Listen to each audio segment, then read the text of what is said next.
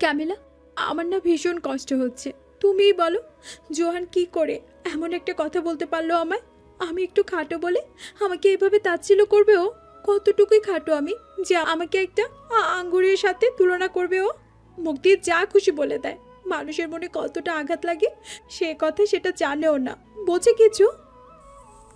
Camilla বলল, আমি বুঝতে পারছি ও একটা গুরুতর অন্যায় করে ফেলেছে। এখন এটার জন্য তুমি না খেয়ে থাকবে, রুম থেকে বের হবে না? দেখো, পাগলামি করো না। আমি স্পেশাল ড্রিঙ্কস বানিয়েছি তোমার জন্য। তুমি তো আমার হাতে বানানো ড্রিঙ্কস পছন্দ করো। আমি বানিয়ে রেখেছি তোমার জন্য। এখন তুমি যদি সেটা পান না করো তাহলে আমার মনে কতটা আঘাত লাগবে বুঝতে পারছো? প্লিজ সুইটি, দরজা খোলো, বের হও রুম থেকে। ক্যামিলার কথা শুনে মিতুলের খুব কষ্ট লাগছে। ও আর দরজা না খুলে থাকতে পারল না। দরজা খুলতে গেল। দরজা খোলার সাথে সাথেই কিছু বুঝে ওঠার আগেই একটা হাত খপ করে ও রিটার্ন হাত আঁকড়ে ধরল। মিতুল ভালো করে বুঝতে পারল এই হাত ক্যামিলার নয়। হ্যাঁ, ঠিক তাই, এই হাত ক্যামিলার নয়, জোহান ওর হাত আঁকড়ে ধরেছে। মিতুল সন্দিগ্ধ চোখে জোহানের পাশে ক্যামিলার দিকে তাকালো। এর মাঝে হাতে টান পড়ল ওর। জোহান ওকে টেনেই নিয়ে যাচ্ছে। তাহলে এটা জোহানের কারসাজি ছিল? ওকে রুম থেকে বের করতে ক্যামিলাকে ইউজ করেছে? জোহানের প্রতি রাগ ক্ষোভ আরও বেড়ে গেল মিতুলের। ও কড়া গলায় বলল, হাত ছাড়ো সোহান, আমি কিন্তু জোরে চিৎকার করব। জোহান একেবারে ভাবলেশীন। মিতুলের কথা একটুও দমল না। হাত তো ছাড়লই না, উল্টো বলল, করো চিৎকার, সমস্যা নেই। কে শুনবে তোমার চিৎকার? কাকে রাখবে তোমার চিৎকার করে? কেউ নেই বাড়িতে। মম শপে আছে, ব্রাদার বন্ধুদের সাথে টাইম পাসে, ড্যাড আছে শুধু। কিন্তু সে বোধ এতক্ষণে ক্লান্তিতে ঘুমিয়ে পড়েছে। এখন তোমার হৃদয়ে যদি কোনো মায়া না থাকে, সারাদিন কাজে ব্যস্ত থাকে একজন ক্লান্ত ঘুমন্ত মানুষের জন্য, যদি তোমার কোনো দয়া না হয়, তবে তুমি জোরে চিৎকার করে জাগিয়ে দাও তাকে। তবে এতে তুমি একজন নির্দয় মানুষের পদবি পাবে তুলতুল। জোহান যতক্ষণে কথাগুলো বলল ততক্ষণে সিঁড়ি বেয়ে হলরুমে নেমে গেছে ওরা। মিতুল চিৎকার করতে পারল না। চিৎকার করাটা যুক্তিসঙ্গত মনে হলো না। জোহান ওকে নিয়ে গ্যারেজ এলো। গাড়িতে ঢুকে বসতে বাধ্য করলো ওকে। তারপর নিজেও এসে বসলো।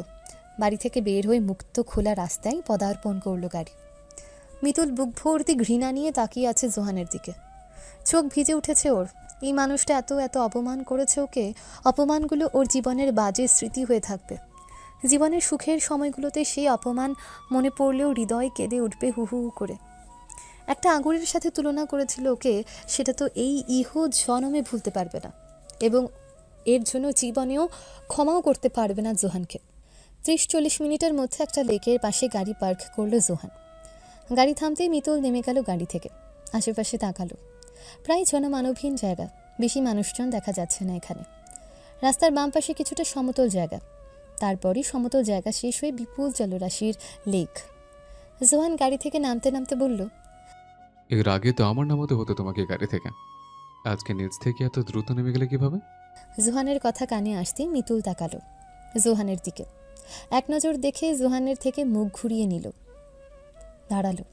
জোহানকে দেখলে ও হৃদয় ঘৃণার জোয়ারে ভেসে উঠছে, চোখেও পানি এসে যাচ্ছে। জোহান মিতুলকে এমন করতে দেখে খুব নরম কণ্ঠে বলল, হেই তুলতুল, রাগ করেছে আমার সাথে? জোহানের কথা বর্ষার ধারালো ফলার মতন এসে হৃদয় বিঁধল মিতুলের। বর্ষা ফলার আঘাতে রক্তক্ষরণ হলো ও হৃদয়। দুচোখ থেকে সত্যি এবার টপটপ করে জল গড়িয়ে পড়ল। মিতুলকে চুপ করে থাকতে দেখে জোহান বলল, কথা বলবেন আমার সাথে? জোহানের কথা শুনে আর চুপ করে থাকতে পারল না মিতুল। জোহানের দিকে অশ্রু ঝরা চোখেই তাকিয়ে বলে উঠল, তোমার কি মন নেই জোহান? কেন তুমি অনুভব করতে পারো না? তুমি মুখে যখন যা আসে তখন তাই বলে দাও। এতে মানুষের মনে কতটা কষ্ট লাগে সেটা বোঝো তুমি? বোঝো না। তুমি লম্বা বলে কি খাটো মানুষদের মানুষ বলে মনে হয় না তোমার? কি ভাবো তাদের? আঙুর, আমি না হয় একটু খাটো, তাই বলে তুমি আমাকে এভাবে তুচ্ছ তাচ্ছিল্য করবে? মিতুলের চোখ থেকে অনবরত নোনা জল ঝরছে। মিতুলের কান্না দেখে জোহানের বাকরুদ্ধ হয়ে যাওয়ার মতন অবস্থা। ও দ্রুত মিতুলকে বোঝানোর চেষ্টা করে বলল, মিতুল, তুমি এটা কি সিরিয়াসলি নিয়েছ? আমি তো সেরকম অর্থে বলিনি কথাটা। আমি তো জাস্ট মজা করেছি তোমার সাথে। মিতুল জোহানের কাছ থেকে সরে লেকের পাড়ে যেতে যেতে বলল, মানুষকে খুব বোকা ভাবো তুমি, তাই না? ভাবো পৃথিবীতে যত বুদ্ধি আছে তা সব তোমার মাথায়। বিশ্ব সেরা একজন বুদ্ধিমান তুমি। ভাবো মানুষকে যখন যা বোঝাবে সেটাই অন্ধের মতো বিশ্বাস করবে। প্রথমে অপমান করে বলবে একটা আঙ্গুরের মতো তুমি, পরে আবার বলবে ওটা জাস্ট ফান করে বলেছো, আর মানুষ সেটাই অন্ধের মতো বিশ্বাস করে নেবে। না জোহান, না, মানুষকে এতটা বোকা ভেবো না তুমি। আমি খাটো বলে আমাকে অপমান তুচ্ছ তাচ্ছিল্য করে আঙ্গুর বলেছো, সেটা খুব ভালো বুঝতে পারি আমি। অবুঝ নই আমি, এত বোকা ভেবো না আমাকে। বলতে বলতে লেকের পাড়ে এসে গেছে মিতুল, আর ওর পেছন পেছন জোহান। জোহান বলল, লিসেন মিতুল, আমি এটা নিয়ে মোটেই তোমাকে বোকা ভাবছি না। বোঝার চেষ্টা করো তুমি। আমি মোটেই তোমাকে তুচ্ছ তাচ্ছিল্য করিনি, ট্রাস্ট মি। মিতুল পেছনে তাকালো। ওর দুই চোখ দিয়ে এখনও পানি পড়ছে। বলল, কি বুঝবো, কি বোঝার চেষ্টা করবো আমি? মিতুল জোহানের থেকে চোখ সরিয়ে নিয়ে আবার বলল, না, আসলে ঠিক আছে, আমিই বোকা। কানাডায় ঘুরতে আসা আমার জীবনের সবচেয়ে বড় বোকামি ছিল, আর এই বোকামি সারা জীবন আমাকে পিষে মারবে, আর তার জন্য তাই শুধু তোমরা। কথাটা বলার পরই মিতুলের কান্নার গতি আরও বেড়ে গেল। শব্দ করে কেঁদে উঠল। এমন পরিস্থিতিতে জোহানের দিশেহারা লাগছে। মিতুলকে শান্ত করার জন্য বলল, আই এম সরি মিতুল, আমি বুঝতে পারিনি ব্যাপারটা তুমি এভাবে নেবে। I am really sorry. Please কান্না থামাও তুমি। জোহানের বিশ্বাস ছিল মিতুল একটু শান্ত হবে, কিন্তু মিতুল তার ধারে কাছে দিয়েও গেল না। ও আগের থেকে আরও জোর তেজি গলায় বলে উঠল, শুধু আঙ্গুর বলে যে আমাকে ছোট করেছো সেটা তো নয়, কথায় কথায় বাংলাদেশ নিয়েও নানাভাবে ছোট করে কথা বলেছো আমাকে। আচ্ছা, বাংলাদেশ কি তোমার নিজের কেনা সম্পত্তি? কোন সাহসে, কোন অধিকারে বাংলাদেশ নিয়ে তুমি এভাবে কথা বলো?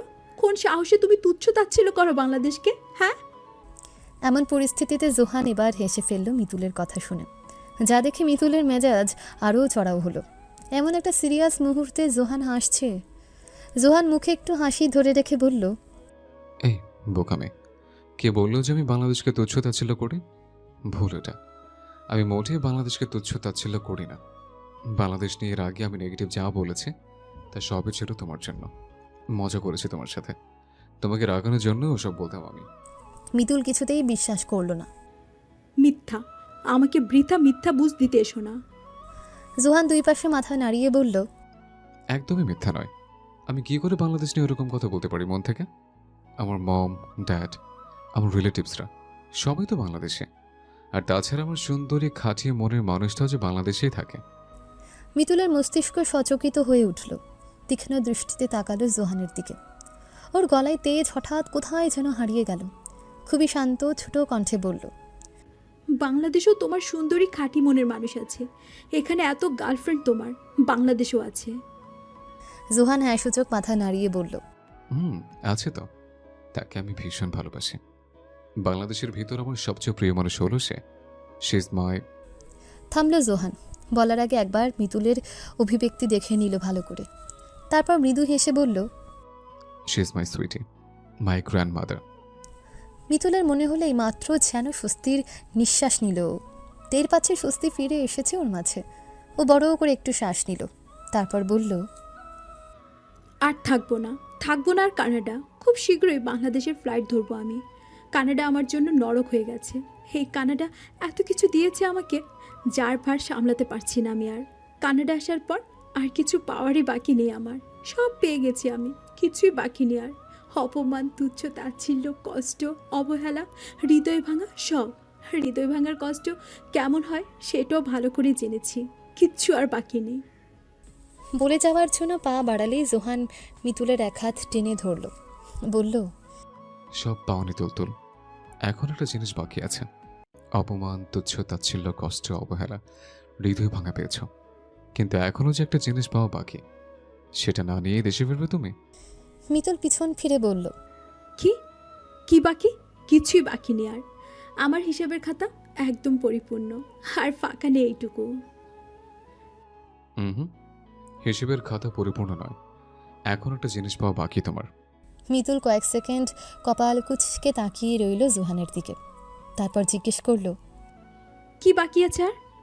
জোহান মিতুলের কানের কাছে মুখ এনে বাংলাতে ফিসফিস করে বলল, ভালোবাসা। জোহানের মুখ থেকে নির্গত ফিসফিসানি সুরের ভালোবাসা শব্দটা মিতুলের মনে দমকা হাওয়া বয়ে দেওয়ার সাথে সাথে কিছু একটা এলোমেলো করে দিল। দমকা হাওয়ায় হৃদয়ে ছুটে যাচ্ছে বহুদূর, আর সেই সাথে কিছু একটা খুব করে এলোমেলো হয়ে যাচ্ছে।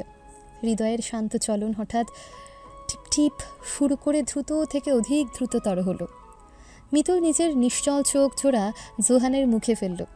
জোহান মিতুলের কানের কাছ থেকে মুখ সরিয়ে নিল। মিতুল বিমরতা স্তব্ধ চোখে তাকিয়ে রইল জোহানের দিকে।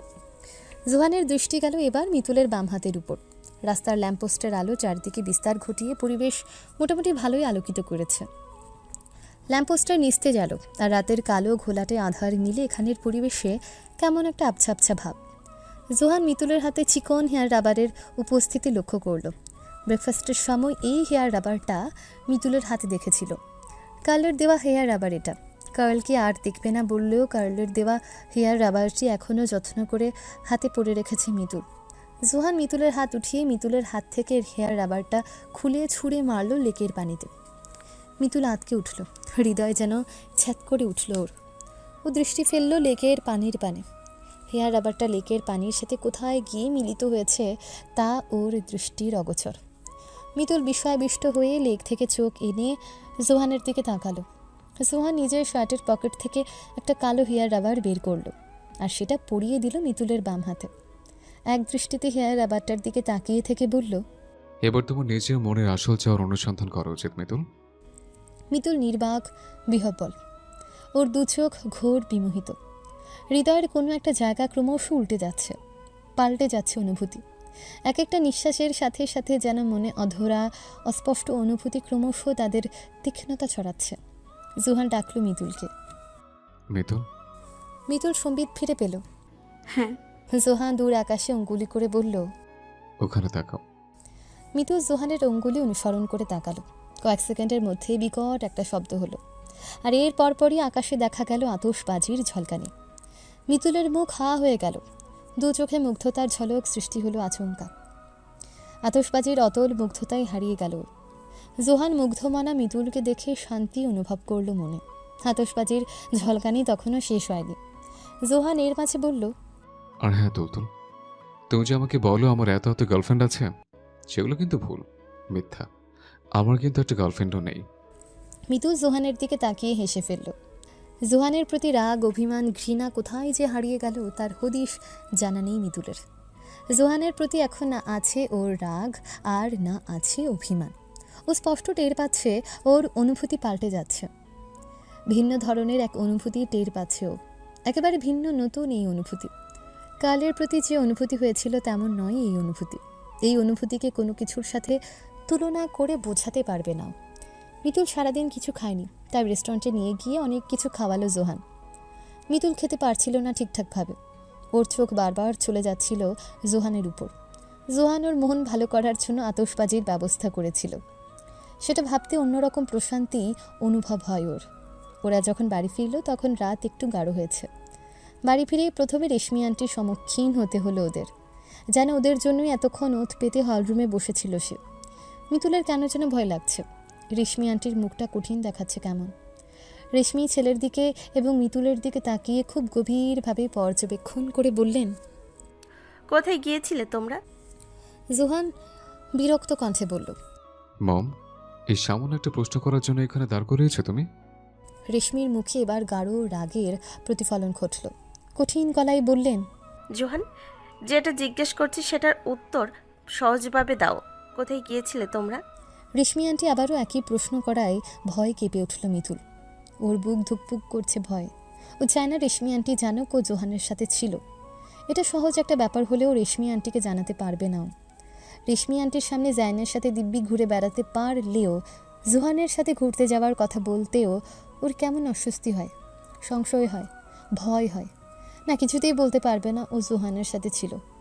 জোহান মমের প্রশ্নের উত্তর দেওয়ার জন্য কেবল মুখ খুলতে নিয়েছিল। মিতুল সেটা টের পেয়ে জোহানকে থামিয়ে দিয়ে বলে উঠল, আসলে আন্টি, আমি আজকে সন্ধ্যার রাস্তায় একটু হাওয়া খেতে বের হয়েছিলাম। সেই সময় আমার হঠাৎ ওই ফারজানার সাথে দেখা হয়। সে আমাকে ঘুরতে যাওয়ার অফার দিয়েছিল। আমি তার অফার গ্রহণ করি এবং এতক্ষণ ওর সাথেই ঘুরেছি আমি। ঘোরাঘুরি শেষ হলে যখন বাসায় ফিরে আসছিলাম তখন হঠাৎ পথে জোহানের সাথে দেখা হয়, তারপর জোহানের সাথে চলে আসি আমি।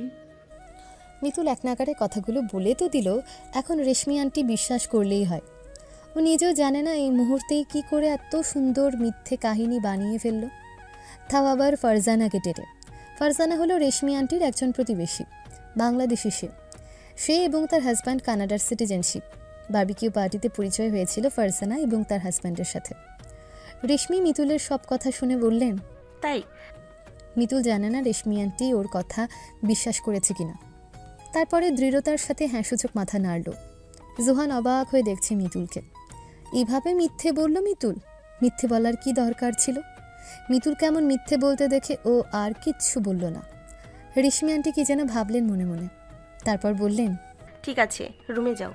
মমের মুখ থেকে কথাটা বের হতে না হতে জোহান রুমের দিকে হাঁটা দিল।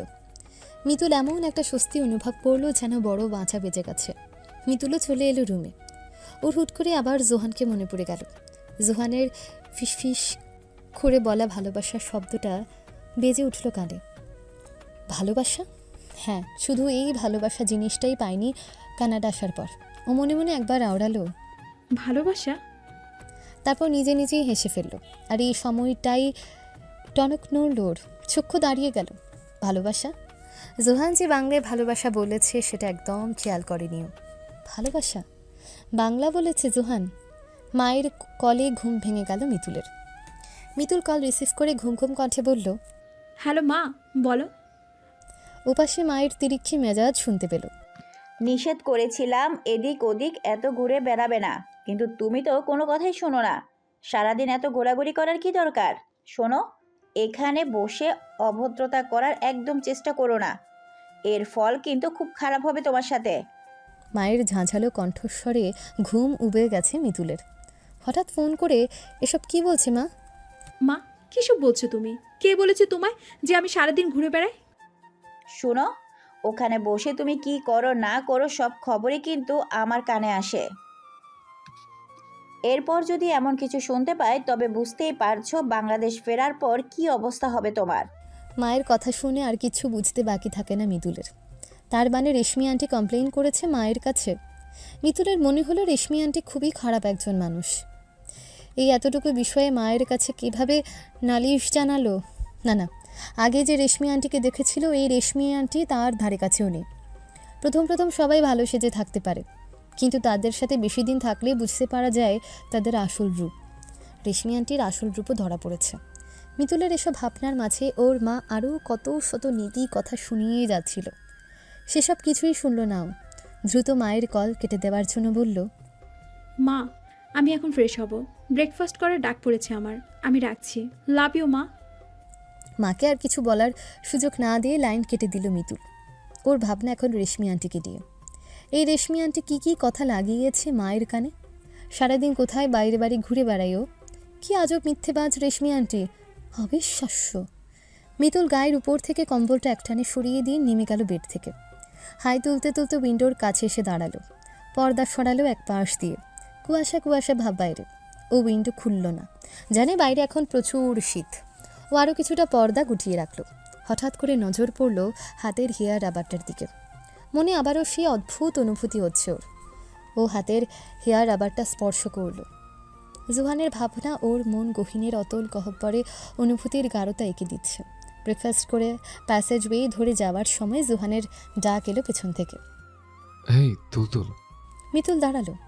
জোহান মিতুলের কাছে এসে বলল, তুমি কালকে মিথ্যে বললে কেন মমকে? তুমি তো আমার সাথে ছিলে, তাহলে মমকে কেন বললে তুমি ফারজানের সাথে ঘুরতে গিয়েছিলে? জোহান ভ্রু নাচালো। জোহানের প্রশ্নে মিতুল থতমত খেয়ে গেল। ও জোহানকে বলতে পারল না যে জোহানের ব্যাপারে রেশমি আন্টির সাথে কিছু বলতে গেলে ওর অস্বস্তি হয়, সংশয় ঘিরে ধরে ওকে। ও ইতস্তত করে বলল, আসলে কালকে ক্লান্ত ছিলাম আমি। ক্লান্তিতে কি বলতে কি বলেছি নিজেরই খেয়াল নেই। আর তুমি সেটা নিয়ে এখনো পড়ে আছো? জোহান নিজের হাসি চেপে বলল, ক্লান্তিতে? ক্লান্ত ছিলে তুমি? মিতুল হ্যাঁসূচক মাথা নাড়ল।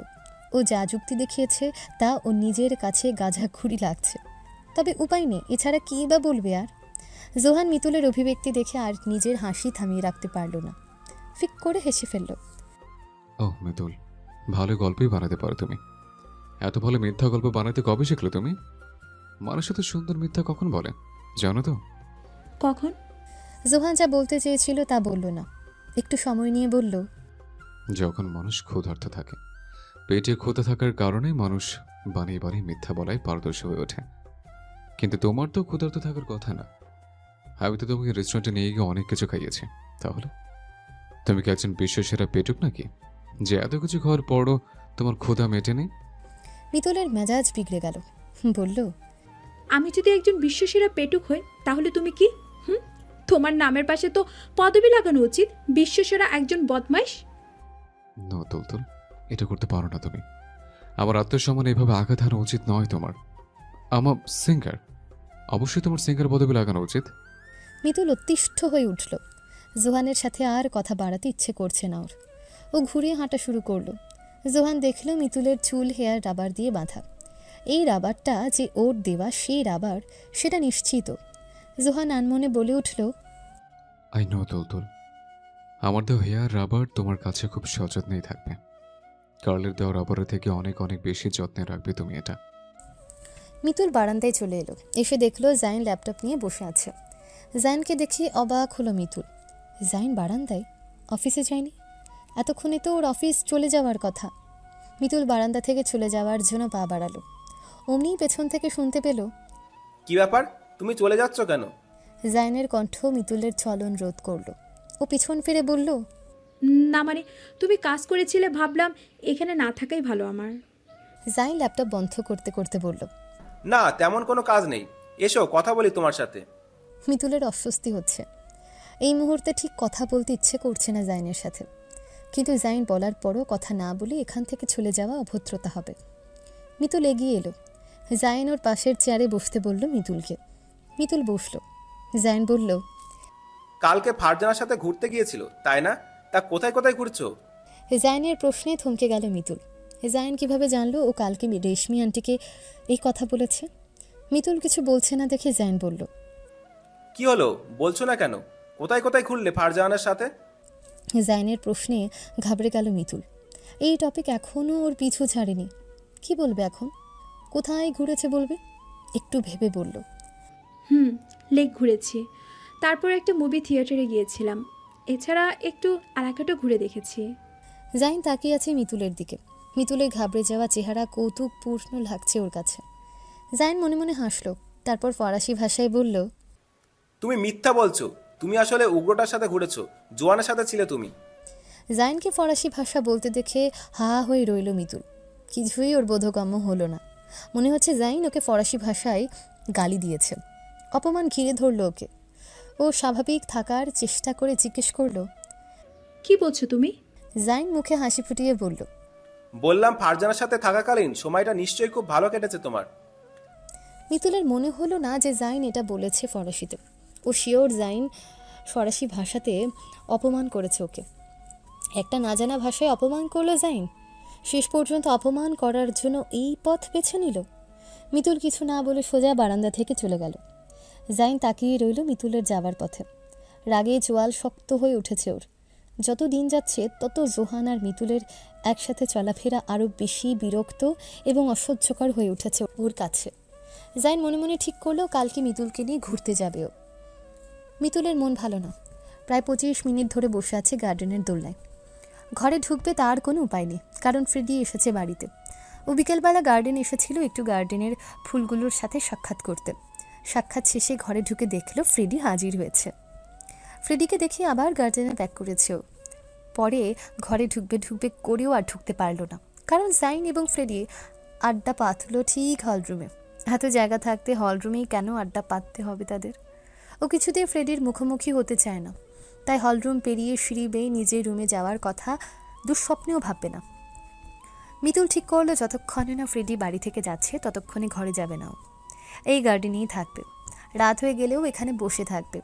কিন্তু এখানে বসে থাকতে আর ভালো লাগছে না। দোলনা থেকে নেমে গার্ডেনে পায়চারি করলো কিছুক্ষণ, তারপর আবার এসে দোলনায় বসলো। ভালোই লাগছে না কিছু। ও জোহানকে ভাবার চেষ্টা করলো। কারণে অকারণে এখন শুধু জোহানকে ভাবতে ইচ্ছে করে ওর। কেন এই রোগ ওর মাঝে উদয় হলো কে জানে। কালকে রাতে কতক্ষণ যে লুকিয়ে লুকিয়ে জোহানকে দেখেছে তার হিসেব নেই। কালকে রাতে জোহান লনের ইজি চেয়ারে বসেই নিজের গিটার নিয়ে টুংটাং করছিল, আর ও বারান্দায় দাঁড়িয়ে জোহানকে দেখেছে চুপি চুপি। ভাবা যায় জোহানকে লুকিয়ে লুকিয়ে দেখেছে ও, ভাবা যায় কিনা জানে না, ও ভাবতে পারছে না। হঠাৎ কিচেনের জানালায় চোখ পড়তে ক্যামিলাকে দেখতে পেল।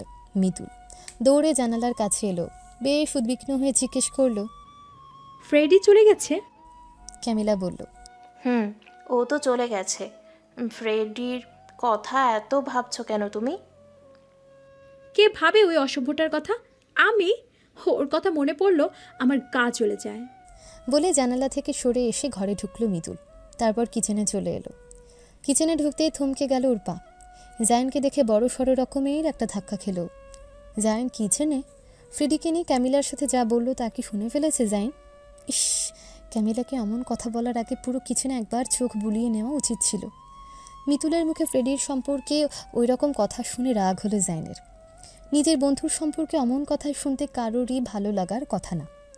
জায়ান মিতুলের কাছে এসে এগিয়ে এসে বলল, লিসান মিতুল, ফ্রেডি অসভ্য নয়, আর ও কারো গায়ে জ্বালা ধরিয়ে দেওয়ার মতো ব্যক্তি নয়। তুমি শুধু শুধু এর সম্পর্কে এরকম কথা ভাবো। এটা অতিরিক্ত। তোমার এই অতিরিক্ত চিন্তাধারা চেঞ্জ আনা দরকার। বলে মিতুলের পাশ কাটিয়ে কিচেন থেকে চলে গেল জায়ান। ভেবেছিল মিতুলকে নিয়ে ঘুরতে বের হবে আজকে, কিন্তু মিতুল ফ্রেডিকে নিয়ে যা বলল তাতে মুড পাল্টে গেছে ওর। যাবে না আজ মিতুলকে নিয়ে ঘুরতে। ওর ফ্রেন্ডের সম্পর্কে এরকম কথা বলার সাহস হয় কি করে মিতুলের? মিতুল পাথরের ন্যায় দাঁড়িয়ে আছে। জায়ান ওকে এত বড় কথা বলল, বলে কিনা ওর অতিরিক্ত চিন্তাধারায় চেঞ্জ আনা দরকার। অতিরিক্ত চিন্তা করে ও? ক্যামিলা মিতুলের অবস্থা বুঝতে পেরে বলল, জাইনের কথায় কিছু মনে করো না মিতুল। জাইন আমাকে অপমান করেছে ক্যামিলা, ও অপমান করেছে আমায়। বলে কিচেন থেকে বেরিয়ে এলো মিতুল। এক নম্বরের একটা অহংকারী জাইন।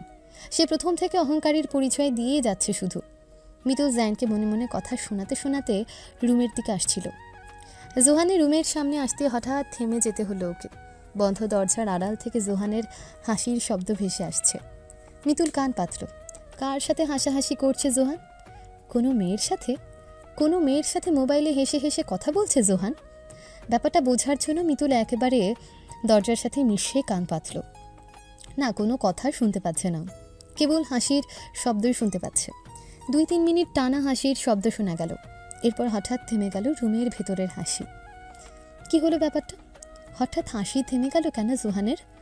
মিতুল আরও মনোযোগ সহকারে কান পাতল। একেবারে দরজার সাথে কান মিলিয়ে রাখল। একেবারে নীরব কেটে গেল 20-30 সেকেন্ড। এরপর শব্দ হলো একটা, আর সেই শব্দের সাথেই খুলে গেল জোহানের রুমের দরজা। মিতুল আতঙ্কে 2 পা ছিটকে গেল দরজার কাছ থেকে। জোহানও অবাক হয়ে দাঁড়িয়ে আছে দরজায়। মিতুল ওর দরজায় শব্দ করেছে। মিতুল দাঁড়িয়েছিল ওর দরজার সামনে। ও জিজ্ঞেস করলো, তুমি এখানে কি করছো? আমার রুমের সামনে দাঁড়িয়েছিলে কেন? মিতুল বুঝতে পারছে না জোহান কি করে টের পেল ও এখানে দাঁড়িয়ে আছে। ও তো কোনো শব্দ করেনি, নিশ্চুপ দাঁড়িয়েছিল। তাহলে দরজার সাথে একদম মিশে দাঁড়ানোর জন্য কোনো শব্দ হয়েছিল নাকি? হ্যাঁ, কিছু বলছো না কেন? তুমি কি করছিলে আমার রুমের সামনে? মিতুল কি বলবে বুঝতে পারছে না। কি বলবে এখন সোহানকে? তুমি কোনো মেয়ের সাথে পীড়িতের আলাপ পড়ছিলে কি না সেটা জানার জন্য দাঁড়িয়েছিলাম আমি, এটা বলবে? না না, এমন কিছু বলা তো একেবারেই সম্ভব না। মিতুল কিছুই বলল না। কিছু না বলে একরকম পালিয়ে গেল ওখান থেকে। জোহান অবাক চোখে ভ্রু কুচকে দাঁড়িয়ে রইল। সন্ধে নাগাদ রেডি হয়ে রুম থেকে বের হলো জোহান। আজকে বন্ধুরা মিলে পার্টি করবে ক্লাবে। যাওয়ার আগে মিতুলের কাছে এলো একবার। রুমে পেল না মিতুলকে। বারান্দায় এসে পেল। মিতুল চেয়ারে বসে লনে চেরি ব্লসমের দিকে তাকিয়ে আছে। জোহান মুখ দিয়ে শীষ বাজিয়ে মিতুলের মনোযোগ আকর্ষণ করল। মিতুল তাকালো জোহানের দিকে। জোহানের গায়ে কালো লেদার জ্যাকেট, চোখে কালো সানগ্লাস, বাদামি চুলগুলো যথারীতি এক নিয়মে কপাল জুড়ে পড়ে আছে। আমাকে কেমন লাগছে তোর? মিতুল একটু হেসে বলল, চমৎকার লাগছে তোমাকে। জোহানের মুখে হাসি ফুটল। এসে মিতুলের পাশের চেয়ারে বসে বলল, ইউনো, আজকে ক্লাবে যাচ্ছি আমি। তো যাও, আমাকে কেন বলছো? জোহান হঠাৎ গলায় চিন্তিত ভাব এনে বলল। আমি নিজেকে নিয়ে খুব টেনশন আছে তুলতুল। মিতুল অবাক হয়ে বলল, কেন? কি বলবো তোমায়? আগেও তো বলেছিলাম তোমাকে, ক্লাবে গেলেই তো দুর্দশা পড়তে হয় আমাকে। পাগল হয়ে যাওয়ার মতো অবস্থা হয় আমার। ক্লাবের সব মেয়েরা এসে ঘিরে ধরতে চায় আমাকে। আমি পটানোর চেষ্টা থাকি সব মেয়েরা। জোহানের কথা শুনে মিতুলের মুখ আঁধারে ছেয়ে গেল। সব মেয়েরা এসে ঘিরে ধরে জোহানকে। মিতুলের খুব খারাপ লাগলো ব্যাপারটা। জোহান বলল, থাক, বাদ দে, আমার ওসব হৃদয় বিতরক কাহিনী। এবার তুমি বলো, তখন কি করছিলে আমার রুমের সামনে? তোমার রুমের সামনে দাঁড়িয়ে কি করা যাবে আর? খেয়ে ফেলা যাবে তোমার রুমটাকে? রুমের ভিতরে তোমার হাসাহাসি শুনে কেবল দাঁড়িয়েছিলাম ওখানে, আর কিছুই না। ও তাই? আচ্ছা, বলো তো কেন হাসছিলাম আমি? কেন হাসছিলে সেটা আমি কি করে বলবো? সেটা কি আমার জানার কথা? হঠাৎ করে একটা ঘটনা মনে পড়ে গিয়েছিল, সেজন্য হেসেছিলাম। ঘটনাটা আমার এক ফ্রেন্ড এবং ক্লাবকে কেন্দ্র করে। 2 মাস আগের ঘটনা। সব বন্ধুরা মিলে ক্লাবে গিয়েছিলাম। আমার যে বন্ধুকে কেন্দ্র করে কাহিনী, এই বন্ধুর থেকে ট্রিট ছিল। যে যার পছন্দের ড্রিঙ্কস করতে পারবে, তার বিল মেটাবেও। অবশ্য ও কোনো খুশিতে ট্রিট দেয়নি, ও ট্রিট দিয়েছিল দুঃখে, ব্রেকআপের দুঃখে। 3-4 মাসের প্রেম ছিল ওদের। ওর গার্লফ্রেন্ড ওর সাথে ব্রেকআপ করে চলে যায়। সে দুঃখে ট্রিট দিয়েছিল সেই রাতে। মানুষ খুশিতে ট্রিট দেয়, আর আমার বন্ধু দিয়েছিল দুঃখে। আরে আমার বন্ধু। বুক চিরে দীর্ঘশ্বাস পেরিয়ে এলো জোহানের। মিতুলেরও কষ্ট লাগলো জোহানের বন্ধুর জন্য। চোখ মুখ করুণ করে বলল, আহারে, তারপর তারপর কি হলো তোমার বন্ধুর? জোহান হঠাৎ হেসে উঠল। তারপর আমরা ক্লাবে গেলাম। ক্লাবে ঢুকতে না ঢুকতে এক রমণের চোখ পড়ল আমার শোকাহত বন্ধুর উপর। ও দেখতে অনেক হ্যান্ডসাম কিনা। রমণী নানাভাবে চেষ্টা করে গেল আমার বন্ধুর আকর্ষণ পাওয়ার জন্য, কিন্তু কোনো লাভ হলো না। আমার বন্ধুই রমণের দিকে ফিরেও তাকালো না। তাকাবে কি? আমার বন্ধু তো তার সদ্য প্রাক্তনের খাতে নাম লেখানো গার্লফ্রেন্ডের শোকে কাতর ছিল। খানিক বিরতি নিল রমণী, কিন্তু হাল ছাড়ল না। এদিকে আমার বন্ধু ড্রিঙ্ক করতে করতে অর্ধ মাতাল হলো। ওকে সামলাতে সামলাতে আর কেউ ড্রিঙ্কসই করতে পারলো না। সব ড্রিঙ্কসের 12টা বাজলো। ওদিকে হাল না ছাড়া রমণীটি হাঁটি হাঁটি পা পা করতে করতে চলে এলো আমার বন্ধুর নিকট। তখন আমার বন্ধু অর্ধ মাতাল থেকে পুরোপুরি মাতাল। রমণী বোধহয় এই সুযোগটাই কাজে লাগাতে চেয়েছিল। এতক্ষণ দূরে থেকে আকর্ষণ পাওয়ার চেষ্টা করছিল, কিন্তু এবার একেবারে কাছে চলে এলো। রমণীটি এসে ওর কাছে বসতে না বসতেই ও সেই রমণের উপর বমি করে দিল। এই পর্যন্ত বলেই হো হো করে হেসে উঠল জোহান। ওর অশান্ত হাসির ঝঙ্কার উঠল বারান্দায়। বেশ কিছুটা সময় লাগলো সেই হাসি থামতে। হাসি থামার পর বলল, বুঝলে, মেয়েটির মুখ তখন দেখার মতো ছিল। আমি শিওর মেয়েটি জীবন আর কখনো এমন অপমানের শিকার হয়নি। জোহান একটু থেমে আবারও বলে উঠল, এরপর আরও কাহিনী আছে। মেয়েটির ড্রেস নষ্ট হয়ে যাওয়ায় আমার প্রিয় রিকার্ডো মায়া করে মেয়েটিকে টিস্যু এগিয়ে দিয়েছিল, কিন্তু রিকার্ডোর মায়া মেয়েটি বুঝল না। টিস্যু না নিয়ে মেয়েটি ওকে রবিশ বলে চলে গিয়েছিল। জোহান এবার আর হাসল না। রিকার্ডোর সাথে মেয়েটা অমন করায় মেয়েটার উপর যেমন ও বিরক্ত, তেমন একটা ছাপ পড়ল ওর মুখে। মিতুল খুব মনোযোগ দিয়ে জোহানের কথা শুনল। প্রথম দিকে জোহানের বন্ধুর জন্য ওর খারাপ লাগছিল, কিন্তু এবার লাগলো মেয়েটার জন্য। মেয়েটা এত চেষ্টা করেও মন আকর্ষণ করতে পারল না। শেষ পর্যন্ত অপমান নিয়ে ফিরতে হলো তাকে। আচ্ছা, এটা তোমার কোন ফ্রেন্ড ছিল? নাম কি তার? তাকে দেখেছি আমি একদিন, যে আমাকে তোমার বন্ধুদের পার্টিতে নিয়ে গিয়েছিলে। সেই পার্টিতে ছিল সে? অবশ্যই ছিল। ওর নাম হেনরি। ও, সে? জোহান মাথা নাড়ল। মিতুল বলল, কিন্তু তাকে দেখে তো মনে হয়নি তার ব্রেকআপ হয়েছে। আরে মিতুল, একটা মানুষকে দেখে কি বোঝার উপায় আছে তার ব্রেকআপ হয়েছে কি হয়নি? আমার ব্রাদারে দেখেই দেখো। আমার ব্রাদারকে দেখলে কি বোঝা যায় তার 2-2বার ব্রেকআপ হয়েছে? মিতুলের মুখ হা হয়ে গেল। কি, তোমার ব্রাদারের প্রেম ছিল? ও তুল, প্রেম না থাকলে ব্রেকআপ হয় কিভাবে? এই সামান্য ব্যাপারটুকু জানো না তুমি? মিতুলের মানতে কষ্ট হচ্ছে অহংকারী জাইনেরও 2-2টা রিলেশন ছিল, 2-2টা গার্লফ্রেন্ড ছিল। অহংকারীটার তো অহংকারেই মাটিতে পা পড়ে না, প্রেম করেছে কিভাবে? অহংকারের দাপটে ঠিকভাবে প্রেম করতে পারেনি বলেই বোধহয় ব্রেকআপ হয়ে গেছে। ধুর, কী সব ভাবছে ও! প্রেম করলে ব্রেকআপ হতেই পারে, এই তো স্বাভাবিক। হোক সেটা কোনো অহংকারীর স্যাড লাভ স্টোরি। মিতুল হঠাৎ করে বলল, আচ্ছা, তুমি তো ক্লাবে শুধু তোমার বন্ধুর কাহিনী শোনালে। তোমার কাহিনীর কি হবে? আমাকে যে বলে বেড়াও ক্লাবে গেলে সব মেয়েরা তোমাকে ঘিরে ধরে, তুমি পাগল হয়ে যাও মেয়েদের যন্ত্রণায়। তাহলে ওই দিন মেয়েরা ঘিরে ধরেনি তোমায়? আর ওই মেয়েটা তোমার মতো একজন ওয়ার্ল্ড হ্যান্ডসাম রেখে তোমার বন্ধুর পেছনে পড়লো কেন? সব মেয়েদের তো তোমার পেছনে লাইন দেওয়ার কথা। জোহান সময় নিল না, বেশ দ্রুতই বলল, লাইন দেবে কি করে? আমি কি লাইন দেওয়ার মতো কোনো রাস্তা রেখেছি? মাস্ক এবং ক্যাপ, এই দুটো জিনিসকে আমি আমার সেফটি হিসেবে কাজে লাগিয়েছি। মাস্ক ক্যাপ পরে মুখ ঢেকে রেখেছিলাম আমি, যার কারণে কোনো মেয়ে চিন উঠতে পারেনি আমাকে। নয়তো আমার বন্ধুর কাহিনী দেখার সময় থাকতো না আমার, নিজের কাহিনী রচনা করতে হতো, বুঝলে? না, বুঝলাম না। তুলতুল, তুমি আসলে অবুঝ। আমি এখন কথা বাড়াতে চাই না। আমি ক্লাবের পিক পাঠাবো তোমার কাছে, তাতেই দেখে নিও। বলে জোহান চেয়ার ছেড়ে উঠে বারান্দা থেকে যাওয়া দিল। মিতুল পেছন থেকে ডাকলো। শোনো, জোহান পেছন ফিরে বলল। হোয়াট? মিতুল কঠিন গলায় বলল। যদি কোনো মেয়ের সাথে ছবি পাঠাও তবে খবর আছে তোমার। জোহান মিতুলের ওয়ার্নিং শুনে কিছুক্ষণ তাকিয়ে রইল মিতুলের দিকে, তারপর বলল, তুমি ধীরে ধীরে বুঝদার হয়ে উঠছো মিতুল। বলে হেসে চলে গেল জোহান। মিতুলের হার্টবিট বাড়তে শুরু করলো। ও জোহানকে কি বলে ফেললো এটা?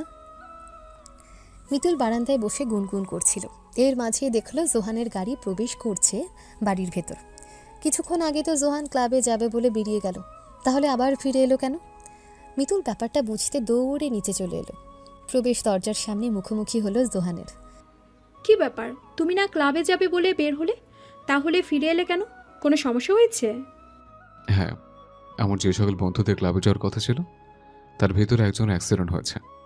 মিতুল আতঙ্কগ্রস্ত হয়ে বলে উঠল, অ্যাক্সিডেন্ট? কার অ্যাক্সিডেন্ট হলো? কার অবস্থা কি মারাত্মক? ওহ মিতুল, তুমি তো এমন করে বলছো যেন আমার ফ্রেন্ড বিমান অ্যাক্সিডেন্ট করেছে। ওর কোনো গুরুতর অ্যাক্সিডেন্ট হয়নি, সাইকেল অ্যাক্সিডেন্ট করেছে। সাইকেল? জোহান হ্যাঁ সূচক মাথা নাড়ল। মিতুল জিজ্ঞেস করলো, আঘাত পায়নি সে? হাতে একটুখানি ছেলে গেছে। মিতুল দুঃখ প্রকাশ করলো। আহারে, ওনার জন্য? মিতুল, মিতুলের কথার মাঝে রেশমি সিঁড়িতে দাঁড়িয়ে ডেকে উঠলেন ওকে। থেমে গেল মিতুল, ডাক অনুসরণ করে সিঁড়ির দিকে তাকালো। আমার রুমে এসো। রেশমি মিতুলকে রুমে আসতে বলে চলে গেলেন। ভয়ের দানা জমতে শুরু করলো মিতুলের মনে। রেশমি আন্টি কেন ডাকছে? জোহানের সাথে এখানে দাঁড়িয়ে কথা বলেছে সেজন্য? মিতুল জোহানকে বলল, আচ্ছা, তোমার কি মনে হয় তোমার মম কেন ডাকছে আমাকে? কেন ডাকছে সেটা আমি জানবো কি করে? গিয়ে দেখো। কণ্ঠে বিরক্তি ছড়িয়ে চলে গেল জোহান। মিতুলের নিজের উপর নিজের বিরক্ত লাগছে। কি দরকার ছিল বারান্দা থেকে এখানে এসে জোহানের সাথে কথা বলার? রেশমি আন্টি ডেকে নিয়ে কি বলবে এখন? ও নিশ্চিত এতক্ষণ জোহানের সাথে কথা বলছিল, সে ব্যাপারেই কিছু বলবে সে। মিতুল ভয়ে ভয়ে রেশমি আন্টির রুমের সামনে এসে দাঁড়ালো। ভয় করছে ওর, বুঝতে পারছে না এত ভয় পাচ্ছে কেন। এখানে ভয় পাওয়ার কি আছে? রেশমি আন্টি যদি সত্যি এই ব্যাপার নিয়েই কিছু বলে তবে মুখের উপর জবাব দেবে, বলবে, জোহানের সাথে কথা বলা কি আমার অপরাধ? একটা মানুষের সাথে কথা বলা অপরাধ হিসেবে গণ্য হলো কবে? কে ওই অপরাধের উদ্ভাবন করেছে? তুমি? হ্যাঁ, বলে দেবে মুখের উপর। মিতুল আগাম প্রস্তুতি নিয়ে রুমে প্রবেশ করল। ও নিশ্চিত ছিল রেশমি আন্টি জোহানকে নিয়ে প্রশ্ন করবে, কেন কথা বলেছে, কি কথা বলেছে, এসব জিজ্ঞেস করবে। কিন্তু রেশমি আন্টি তা করলেন না। তিনি বললেন, কানাডা এসে আমাদের বাড়িতে থাকতে তোমার কোনো অসুবিধা হচ্ছে না তো মিতুল? রেশমি আন্টির প্রশ্নে ভ্যাবাচাকা খেয়ে গেল মিতুল। ও কি ভাবলো আর রেশমি আন্টি কি করলো, কি বলল? এতদিন পরে কি প্রশ্ন করেছেন রেশমি আন্টি? কানাডা এসেছে কতদিন হয়ে গেছে, এখন এতগুলো দিন পর এই প্রশ্ন করেছে রেশমি আন্টি। কিন্তু হঠাৎ কেন জিজ্ঞেস করেছে সব কথা? এর কি উত্তর দেবে এখন? মিতুল মনে মনে কথা সাজিয়ে ফেলল। একটু হাসার চেষ্টা করে বলল, অসুবিধা? অসুবিধা হবে কেন? আমার তো এখানে থাকতে এমন একটা ফিল হচ্ছে যেন আমি নিজের বাড়িতে আছি। মোটেই অসুবিধা হচ্ছে না আমার। মিতুল মনে মনে নিজেকে বাহবা না দিয়ে পারল না, বলল, বাহ মিতুল বাহ, এক্সট্রা লবণ দিয়ে খুব সুন্দর বুঝিয়ে তো দিতে পারিস তুই। মনে মনে হাসল মিতুল। রেশমি আন্টি ওয়ার্ড্রবের দিকে এগিয়ে গেলেন। দুটো চকলেট বক্স এবং একটা সাইড ব্যাগ বের করে মিতুলের কাছে এলেন আবার। চকলেট এবং ব্যাগ মিতুলের হাতে দিয়ে বললেন, ব্যাগটা পছন্দ হয়েছিল তাই তোমার জন্য কিনে আনলাম। পছন্দ হয়েছে তোমার? রেশমি আন্টির ব্যবহারে আবেগে জর্জরিত হলো মিতুল। রেশমি আন্টি ওর জন্য ব্যাগ চকলেট কিনেছে? ও আপ্লুত কণ্ঠে বলল, থ্যাংক ইউ আন্টি, খুব পছন্দ হয়েছে আমার। রেশমি হেসে চুমু খেলেন মিতুলের কপালে। রেশমি আন্টির প্রতি যে ধারণা সৃষ্টি হয়েছিল তা নিমিষে ভেঙে গুঁড়িয়ে গেল মিতুলের। এত ভালো একজন মানুষকেও কালকে খারাপ ভেবেছিল। ছি, নিজের ভাবনার প্রতি নিজেরই রাগ হচ্ছে এখন। আজকের দিনটা ফুরফুরা ধরনের লাগছে মিতুলের। নাতিশীতোষ্ণ পরিবেশ, মৃদুমন্দ বাতাস বইছে, গাছে গাছে চোখ জোড়ানো ফুলের সমারোহ, আর সেই সাথে আবার রঙিন প্রজাতির উড়াউড়ি। সব মিলিয়ে এক রোমাঞ্চকর পরিবেশের সৃষ্টি হয়েছে। ওখানে আবার এক ওক গাছের ডালে নীল পালকের একটা পাখি লেজ নাড়াতে নাড়াতে কণ্ঠে মিষ্টি সুর তুলে ডাকছে। মিতুলের কাছে বেশ লাগছে কিন্তু পাখির ডাকটা। ও মোবাইল বের করে ছবি তুলল পাখিটার। পাখিটা সে অনেকক্ষণ ধরে এখানে বসে আছে, উড়ে যাচ্ছে না। মিতুলের মনে হচ্ছে ওকে সঙ্গ দিতেই বসে আছে পাখিটা। বাহ, এই কানাডার পাখিগুলোও দেখছে খুব বুদ্ধিমান। মিতুল এসে দোলনায় বসলো। সকালবেলা উঠে একবারই গার্ডেনে এলেই মন ভালো হয়ে যায় ওর। যদিও কালকে থেকে ওর মন খুব ভালোই আছে। জোহান ওর জন্য আতশবাজির ব্যবস্থা করেছিল, সেটা ভাবতে বারবার পুলকিত হয় ও। তাছাড়া রেশমি আন্টি যে আচরণ করলো কাল, রেশমি আন্টির এতগুলো দিনের মধ্যে সবথেকে বেশি আন্তরিক আচরণ বোধহয় কালই ছিল। কালকের পর থেকে রেশমি আন্টির প্রতি শ্রদ্ধা ভালোবাসা আরও বেড়ে গেছে ওর। সত্যি খুব ভালো রেশমি আন্টি। তার দেওয়া চকলেট খেয়ে টেস্ট করেছে রাতে, বেশ ইয়াম্মি চকলেট। ওর হঠাৎ ইচ্ছে হলো জোহানকেও এই চকলেট খেতে দেয়। আচ্ছা, জোহান এখন কোথায় আছে? মিতুল ঘাড় ঘুরিয়ে জঙ্গলের দিকে তাকালো। জোহান সম্ভবত এখন জঙ্গলের ভেতর নিজের টাইম হাউসে আছে, কারণ রুমে দেখেনি জোহানকে। মিতুল বুঝতে পারে না বাড়ি ছেড়ে টাইম হাউসে থাকায় কী এমন মজা আছে। একা একা একটা ঘরে কার ভালো লাগে থাকতে? জোহান কিভাবে থাকে? ও হলে জীবনেও থাকতে পারতো না। মিতুল দোলনা থেকে নেমে পায়ে পায়ে এগিয়ে এসে জঙ্গলের রাস্তা ধরল। হাঁটতে হাঁটতে এসে গেল জোহানের টাইম হাউসে। এসে বেশ অবাকই হলো আজকে। জোহানের টাইম হাউসের দরজা পুরোপুরি খোলা। এর আগে যতবার এসেছে ততবারই দেখেছে দরজা বন্ধ। আজকে দরজা খুলে রেখেছে যে, কাহিনী কি? মিতুল কোনো শব্দ না করে ধীর পা ফেলে ঢুকলো জোহানের টাইম হাউসের ভেতরে। কিচেন থেকে জোহান এবং আরও একটা পুরুষালী কণ্ঠ ভেসে আসছে। কণ্ঠটা বেশ পরিচিত পরিচিত ঠেকছে ওর কাছে। কার কণ্ঠ এটা? মিতুল ধীর পায়ে এগিয়ে এলো কিচেনের দিকে। কিচেনে উকি দিয়ে দেখলো জোহানের সাথে সাদাত আঙ্কেল। সাদাত আঙ্কেলকে দেখে অবাক হলো। সাদাত আঙ্কেল? সাদাত আঙ্কেলের কণ্ঠও চিনতে পারেনি। ওর নিজেকে এই মুহূর্তে অকর্মণ্য মনে হলো। সাদাত আঙ্কেলের কণ্ঠ কিভাবে না চিনতে পারে ও? মিতুল কিছুক্ষণ চুপি চুপি তাকিয়ে রইল বাবা ছেলের দিকে। বাবা ছেলে মিলে অমলেট তৈরি করছে। ভীষণ হাসাহাসি চলছে দুজনের মাঝে। বাহ, সুন্দর একটা দৃশ্য। ও এসেছে তা কেউ টের পায়নি, চাইও না আর টের পাকও এসেছে। বাবা এবং ছেলের ভালোবাসার মাঝেই নিজেকে ঢোকানো একেবারেই অনুচিত মনে হচ্ছে ওর কাছে। মিতুল চুপি চুপি বেরিয়ে এলো টাইম হাউস থেকে। মনে হচ্ছে সাদাত আঙ্কেল নিজের ছেলেদের প্রতি ভীষণ যত্নশীল, খুব ভালোবাসে ছেলেদেরকে। তা না হলে এত ব্যস্ত থাকা সত্ত্বেও ছেলেকে এমনভাবে সময় দিত। মিতুল টাইম হাউস থেকে কিছুটা দূরে চলে আসতে পেছনে খুবই ছোট করে শুনতে পেল জোহানের ডাক। হেই তুলতুল। মিতুলের পা না চাইতেই দাঁড়িয়ে গেল। জোহান কিভাবে টের পেল ও এখানে এসেছে? ও তো কোনো শব্দ করেনি টাইম হাউসে থাকতে। জোহান দৌড়ে এলো মিতুলের কাছে। হেই, আমাকে না চেনে চুপি চুপি চলে যাচ্ছ কেন আমার টাইম হাউস থেকে? তুমি তোমার ড্যাডের সাথে ছিলে, তাই ভাবলাম তোমাদের ডিস্টার্ব না করি।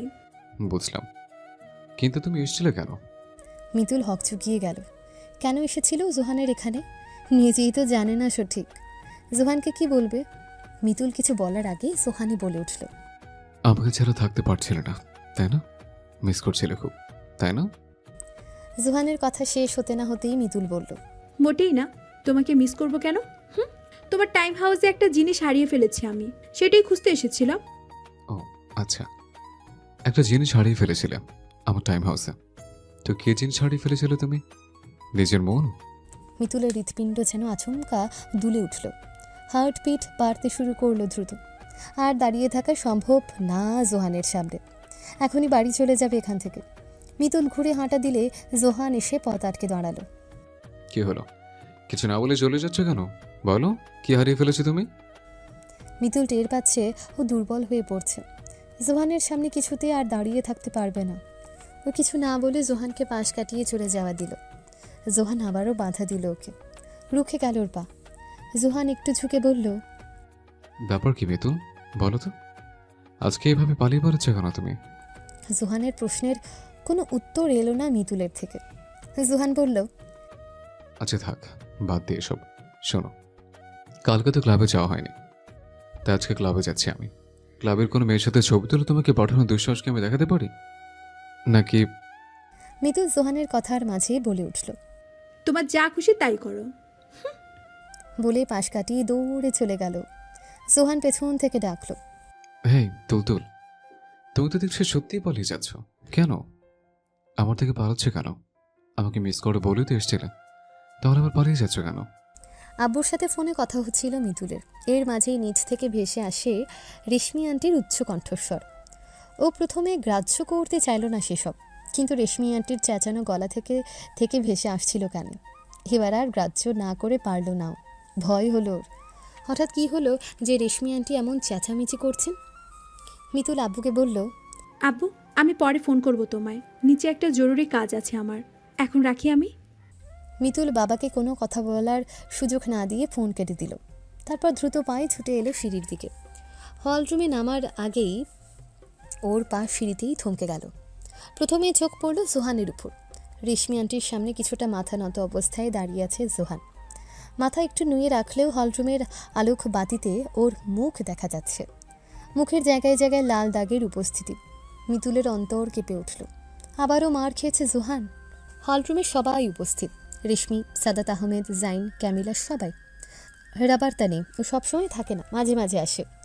রেশমির সামনে নতমুখে দাঁড়িয়ে আছে জোহান। সাদাত আহমেদ কিছুটা ওদিকে সরে দাঁড়ানো, জাইনও কিছুটা দূরে। এর মাঝে সবাই চুপ, কেবল রেশমি উচ্চ গলায় কথা শোনাচ্ছে জোহানকে। তার মেজাজ অতিরিক্ত খারাপ।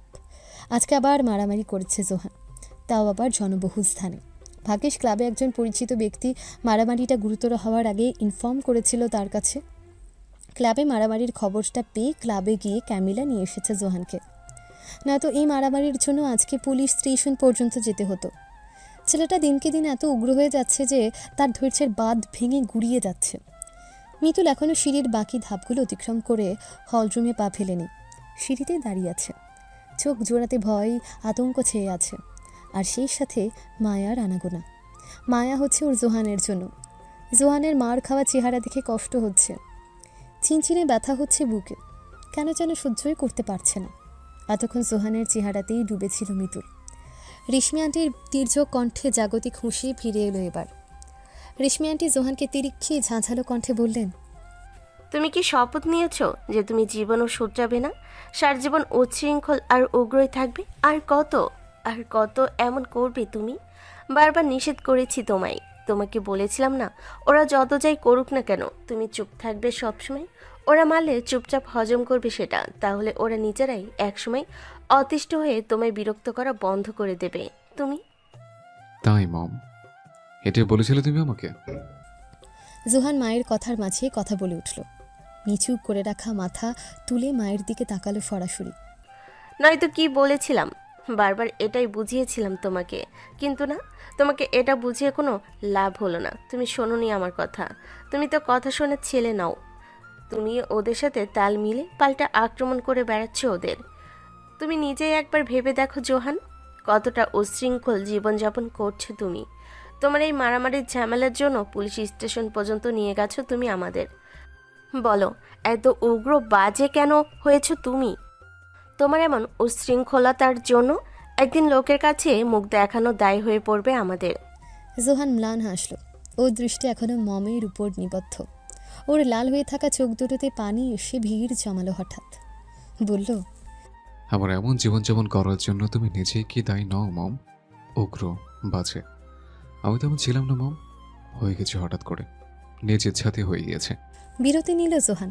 তারপর বলল, আমি চুপ থাকলে ওর একসময় অতিষ্ঠ হয়ে আমাকে বিরক্ত করা বন্ধ করে দেবে। হ্যাঁ, এই কথা তুমি বলেছিলে আমায়, কিন্তু সেটা আগের কথা ছিল তোমার। এরপর অন্য কিছু বলেছিলে তুমি। তোমার এর পরের কথা ছিল নিজের ঝামেলা নিজে মেটাতে পারো না তুমি। তোমার এই ঝামেলা নিয়ে বসে থাকার মতো সময় আমার হাতে নেই। ওরা তোমাকে মারে, তুমি পারো কি? এরপর কোনো কমপ্লেন করবে না আমার কাছে। নিজেরটাই নিজে বুঝে নাও, এটাতে বলেছিলে তুমি। রেশমি ছেলের কথা শুনে বিস্ময় বিহবল হয়ে গেল। তার ছেলে 11 বছর আগে তার বলা কথাকে হুবহু অনুকরণ করেছে। 11 বছর আগে ছেলেকে এই কথাগুলো বলেছিল। জোহান এই কথাগুলো 11 বছর ধরে ঠিকঠাক মনে রেখেছে। তোমার এই কথার জন্য আমি পাল্টে গেছি মম, অন্যরকম হয়ে গেছে আমি জোহানের থেকে পুরো ভিন্ন জোহান। আগের জোহান কেমন ছিল? শান্ত, নম্র, ভদ্র, সবসময় নীরব শান্তশিষ্ট থাকত। কারো থেকে তাকিয়ে কথা বলতে শতবার ভাবত। আর আজকের জোহান, তোমার এই কথার জন্যে আগের সেই শান্ত নীরব জোহানের থেকে আজকের এই জোহান সৃষ্টি হয়েছে। তোমার এই কথার পর থেকে বেশ চঞ্চল হয়ে উঠেছে আমি। তোমাদের ভাষায় উগ্র এবং উচ্ছৃঙ্খল। ঠিক আছে মম, তোমার পরের কথা নয় বাদ দিলাম, আগের কথাটাই ধরি। আমি চুপ থাকলে ওরা আমাকে বিরক্ত করে বন্ধ করে দেবে। হ্যাঁ, চুপই তো ছিলাম আমি। দিনের পর দিন মার খেয়েও মাথা তুলে একটা কথা বলিনি ওদের। কিন্তু কি হয়েছিল তাতে? ওরা কি আমাকে মারা বন্ধ করে দিয়েছিল? না, বরং আরো সুযোগ পেয়ে বসেছিল। আর সুযোগটা মূলত তুমিই সৃষ্টি করে দিয়েছিলে। প্রথম প্রথম যখন আমি তোমাকে এসে বলেছিলাম স্কুলের কিছু ছেলেরা বাজে বিহেভ করে আমার সাথে, তখন তুমি গ্রাহ্য করলে না সেসব। বললে ওরকম হতেই পারে, মানিয়ে নাও। ধীরে ধীরে যখন ওরা আরো বাজে হয়ে উঠল, মারলো আমাকে, তখন বললে দু একটা চড় থাপ্পড়ে কি হয়, চুপচাপ মারা খাও। তোমার নীরবতা দেখে বিরক্ত হয়ে ওরা নিজেরাই চলে যাবে। বেশ, তোমার কথা মতো থাকলাম আমি চুপ, নিয়ম করে চুপ থাকলাম, নিয়ম করে মার খেলাম, অপদস্থ হলাম, আর নিয়ম করে তোমার কাছে কমপ্লেন জানাতে থাকলাম। আর তুমিও নিয়ম করে তোমার ধরা বাঁধা কথাগুলো শোনাতে লাগলে বিরক্ত কণ্ঠে। এ পর্যন্ত বলে থামল জোহান। মিতুলের মাথায় সব তালগোল পাকিয়ে যাচ্ছে। কি শুনছে এসব? জোহান আবার বলতে শুরু করলো। একটা বাচ্চা স্কুলে বুলিংয়ের শিকার হলো, তার পাশে সবার আগে কে থাকে? তার পরিবার থাকে। তুমি কি আমার পাশে ছিলে মম? তুমি সবকিছু জানার পরেও কি কোনোদিন জানতে চেয়েছিলে আমার স্কুলে থাকাকালীন সময়গুলো কিভাবে পার হয়? তুমি কি কোনোদিন বুঝতে চেষ্টা করেছিলে আমার মানসিক অবস্থা? তুমি কি কখনো একটু খোঁজ নিয়েছিলে আমি ভালো আছি কিনা? বোলিংয়ের জন্য তুমি কি কোনোদিন স্কুল কর্তৃপক্ষের কাছে অভিযোগ করেছিলে? কোনো টিচারের সাথে কথা বলেছিলে এ ব্যাপারে? আমি ছোট হয়ে এটা বুঝতাম যে স্কুল কর্তৃপক্ষের কাছে এটা জানানো উচিত। বারবার তোমাকে অভিযোগ করতে বলতাম আমার স্কুলে, এই প্রবলেমটা সলভ করে দিতে বলতাম। কিন্তু তুমি কিছুই করনি। কিছু করবে কিভাবে? তুমি তো আমার সাথে বোলিংয়ের ব্যাপারে কোনোদিন গুরুত্বই দাওনি। এমনকি এই ব্যাপারে আমার ড্যাডকে জানাতে নিষেধ করে দিয়েছ। ড্যাড তো অফিস নিয়ে ব্যস্ত থাকতো সারাদিন, খুব কম এসে অবসর সময় কাটাতো। রাতে ড্যাড বাড়িতে ফিরত, আর তুমি বিকেলে নিষেধ করে দিতে যেন ড্যাডের গানে আমার স্কুল সম্পর্কিত কিছুই না বোঝায়। আমি বলতাম না কিছু ড্যাডকে, চাইতাম না ড্যাড সারাদিন কাজ করে এসে আবার এ বিষয় নিয়ে চিন্তা করুক। ড্যাড আমার মুখে আঘাতের চিহ্ন দেখিয়ে কিছু জিজ্ঞেস করলে নানাভাবে মিথ্যা বলে আমি কাটিয়ে নিতাম ব্যাপারটা। আর সবচেয়ে বড় কথা হলো, আমি চাইতাম না আমার এই ব্যাপারটা ড্যাড সলভ করুক। আমি সবসময় সবকিছু তোমাকে পাশে চাইতাম, চেয়েছিলাম তুমি সলভ করে ব্যাপারটা। কিন্তু তুমি বড্ড উদাসীন ছিলে আমার প্রতি। আমার কোনো কিছুতে আগ্রহ দেখাতে না, তুমি গ্রাহ্য করতে না। আমি বলেছিলাম যদি আমার স্কুলে এই ব্যাপারটা নিয়ে আলোচনা না করো তবে একটা অন্য স্কুলে ট্রান্সফার করো আমায়। তুমি সেটাও করোনি। তুমি ছোটবেলা থেকেই খুব উদাসী ছিলে আমার প্রতি। কেন মম, কেন এরকম করতে তুমি আমার সাথে? জাইনের আর সহ্য হলো না জোহানের এসব। ও বিরক্ত হয়ে এগিয়ে এলো জোহানের কাছে, বলল, এনাফ জোয়ান, যথেষ্ট বলেছিস। অভদ্রতা বাইরে গিয়ে দেখা। মামের সাথে এমন উচ্চ গলায় কথা বলার অধিকার কে দিয়েছে তোকে? হঠাৎ করে ওর এবং মমের মাঝে জাইনের আগমন জোহানেরও সহ্য হলো না। ও প্রায় গর্জে উঠে বলল, তুমি চুপ করো ব্রাদার, আমি আমার মামার সাথে কথা বলছি। এমন একটা ভাব করো না যেন মাম শুধু তোমার একার। রেশমি এতক্ষণে কথা বলে উঠলেন। বড় ভাইয়ের সাথে কিভাবে কথা বলতে হয় জানো না? সেটাও কি ভুলে গেছো তুমি? বাহ মম, ব্রাদারকে এইটুকু বললাম দেখিয়ে তোমার গায়ে লেগে গেল। আর আমি ব্রাদার যখন আমি কিছু বলে তখন তো তুমি কিছু বলো না, যেন কিছু শুনতেই পাও না তখন। রেশমি ক্ষুব্ধ গলায় বলে উঠলেন, Johan, you don't cross your limit. কি করবো মম, আমি মানুষটা যে এমন, কিছু বললে লিমিট ক্রস হয়ে যাবে। রেশমি স্বামীর দিকে তাকালেন। দেখলে সাদাত, তোমার ছোট ছেলে কিভাবে কথা বলছে আমার সাথে। এরপরও কি তুমি বলবে তোমার ছেলে খারাপ হয়ে যায়নি? রেশমি স্বামীর থেকে উত্তরের আশায় বসে থাকলেন না, জোহানের দিকে তাকিয়ে বললেন, সত্যি সত্যি জঘন্য হয়ে গেছো তুমি। ছি, ভাবতে পারি না এতটা অধপতন হবে তোমার। জোহান চিৎকার করে বলে উঠল, হ্যাঁ, আমি জঘন্য। আর এইভাবেই ভালো আছি আমি, স্বস্তি অনুভব করছি। যখন আমি ভালো ছিলাম তখন তো তুমি ফিরে তাকাওনি, তাই জঘন্য হয়ে নিজের ভালো থাকার রাস্তাটা খুঁজে নিয়েছি আমি। সারা জীবন এই রাস্তাতেই চলবো আমি। রেশমি আক্রোশ নিয়ে তাকিয়ে আছে। জোহানের সাথে কথা বাড়াতেও এখন ঘৃণা হচ্ছে ওর। ছোটবেলা থেকে দেখে এসছে তুমি ব্রাদারের প্রতি যত্নশীল আর আমার প্রতি উদাস। আমাকে ঘিরে তোমার যা আছে তা সবই উদাসীনতা, আর কিছুই নয়। তুমি ব্রাদারকে প্রচণ্ড ভালোবাসো, অথচ আমার প্রতি তোমার ভালোবাসার ব্যাপক ঘাটতি। রেশমি রাগে চিৎকার করে উঠলেন। সেট আপ জোহান, বেয়াদবির একটা সীমা আছে, মুখ বন্ধ করো এখন। জোহানও ফের চিৎকার করে উঠল। না, করবো না। বলো কেন? কেন তুমি আমার প্রতি এত উদাস? ব্রাদারকে তুমি এত ভালোবাসো, অথচ আমার দিকে তাকানোর যেন সময় হয় না তোমার। ব্রাদার বড় হয়ে গেছে, তারপরও তুমি এখনো ব্রাদারকে যত্ন করে খাইয়ে দাও। আর আমার মনেও পড়ে না ছোটবেলায় তুমি শেষবার কবে খাইয়ে দিয়েছিলে আমায়। কেন মম? কেন? কেন তুমি আমার প্রতি এত কেয়ারলেস? কেন তুমি ভালোবাসো না আমাকে? আমি কি তোমার আসল ছেলে নই? জোহান কথা শেষ করতে না করতে একটা ভারী হাতের থাপ্পড় ওর মুখে হেলে গেল। সিঁড়িতে দাঁড়িয়ে আটকে উঠল মিতুল। জেগে জেগে কোনো খারাপ স্বপ্ন দেখছে না কি ও? জোহান মুখ তুলে তাকালো। জায়নের আগে রক্তিম হয়ে যাওয়া মুখ ফুটে ওঠে জোহানের জল থলথলে চোখে। ইতোমধ্যে কয়েক ফোঁটা জল গড়িয়ে পড়েছে ওর চোখ থেকে। জোহান তীব্র রাগ অভিমান নিয়ে বলল, আমার গায়ে হাত তোলার অধিকার শুধু আমার ড্যাডের আছে, আর কারো নেই। না তোমার আছে ব্রাদার, আর না মমের। বলতে বলতে জোহান একবার মমের দিকে তাকালো, তারপর দ্রুত পা ফেলে বেরিয়ে গেল ঘর থেকে।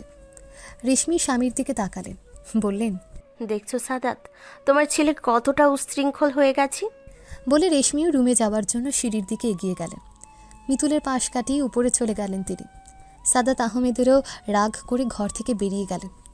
দাঁড়িয়ে রইল মিতুল, জায়ন এবং ক্যামিলা। মিতুল কিছুই বুঝে উঠতে পারছে না কি থেকে কি ঘটলো আজকে। রেশমি আন্টি, জোহান।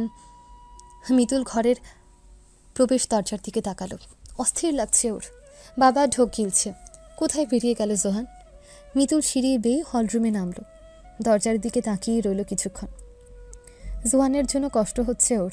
হৃদয় কষ্টে দুমড়ে মুচড়ে যাচ্ছে। কোথায় গেছে জোহান? মনে হচ্ছে টাইম হাউসে গেছে। মিতুল জোহানের কাছে যাওয়ার জন্য দরজার দিকে এগোতে লাগলো।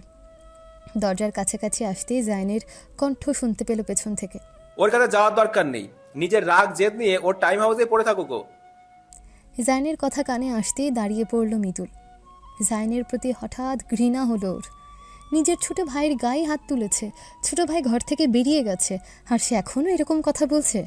কেমন মানুষ জাইন? মিতুল শুনল না জায়নের কথা, দ্রুত বেরিয়ে গেল ঘর থেকে।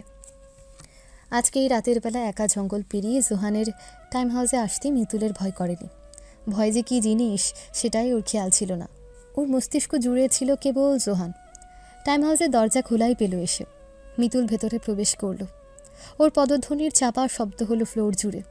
বাতাসের সাথে ফ্রিসিয়াস ফুলের মিষ্টি সুগন্ধ ভেসে বেড়াচ্ছে। ফ্রিসিয়াস ফুলগুলো যে জানলার কাছে রাখা, সে জানলার সামনে দাঁড়িয়ে আছে জোহান। মুখ সম্পূর্ণ জানলার দিকে ফেরানো, দেখতে পাচ্ছে না মিতুল। জোহানের চোখ থেকে যে অনর্গল জলের ধারা নামছে নীরবে, তা দৃষ্টির অগোচরে ওর। মিতুল বুঝতে পারছে না প্রথমে কি বলবে জোহানকে, কি বলে সান্ত্বনা দেবে। দ্বিধায় ভুগছেও। মিতুল যখন কিছু বলবে বলবে করেও বলে উঠতে পারছিল না, তখন জোহানকেই বলতে শুনল, আমার এখানে টাইম হাউস ওঠানোর কারণটা আমি তোমাকে বলিনি মিতুল। মিতুল চোখ তুলে তাকালো। জোহানের মুখ জানলার দিকেই ঘোরানো এখনো। জোহান ওর দিকে না তাকিয়ে বলতে লাগলো, এই ঘরটা আমার 13তম জন্মদিনের উপহার ছিল। পেয়েছিলাম 15তম জন্মদিনে। 15তম জন্মদিনের প্রথম পা রেখেছিলাম এই ঘরে। আমার জন্মদিনের সবে আগে থেকে আমার জন্য গিফট কিনে রাখত। শুধু ড্যাড কিনত না, ড্যাড আমাকে জিজ্ঞেস করে নিত আগে। কেক কাটার সময় বলতো, জোহান কি চাই তোমার? আমি সবসময় একটা উত্তরে দিতাম, মমস লাভ। মমের ভালোবাসা একমাত্র চাওয়া ছিল আমার। কিন্তু 13 বছর থেকে আমার সে চাওয়া পাল্টে যায়।